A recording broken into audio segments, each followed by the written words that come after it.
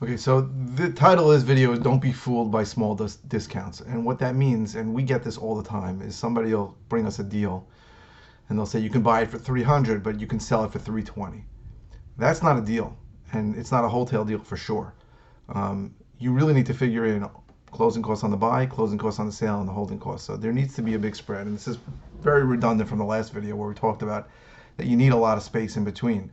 But if somebody comes to me with a deal that says I could buy it for 300 and my resale is 330 or something like that, I know that guy really doesn't understand what he's talking about.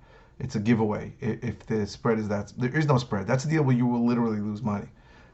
So you can't be fooled by things like that by saying, oh, I don't have to do that much work. It can cost you 40, 50 grand to buy, hold, and close on a house. So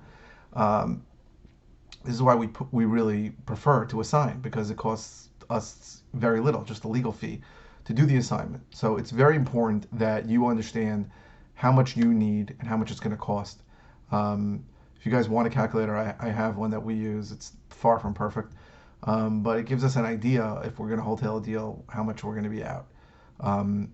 So you can't. It really this video shouldn't be called "Don't be fooled by small discounts." It should be beware of the man who offers you something at a small discount, because if somebody does that, they're just somebody who doesn't understand what's going on, who's probably never closed on a property and sold it. So you need a pretty good spread on our smaller properties where we can buy them like 200, $70,000, $80,000 is a good spread. But on the bigger properties where you're buying for 300, $400, you need like $100,000 spread to wholesale a deal.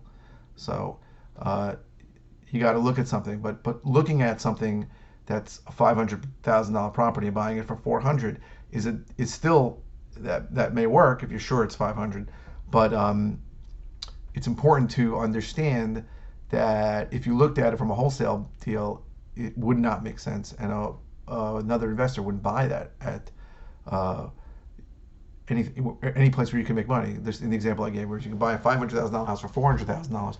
Another investor is not going to pay you more than $400,000 for that house. But if a retail buyer will pay you 500, and all you have to do is a couple of small things, then that's something that you should look into. So that's really what opened our eyes to wholetailing and helped us buy a lot more properties, because we looked at it in a different way, not just the wholesale way based on percentage of ARV.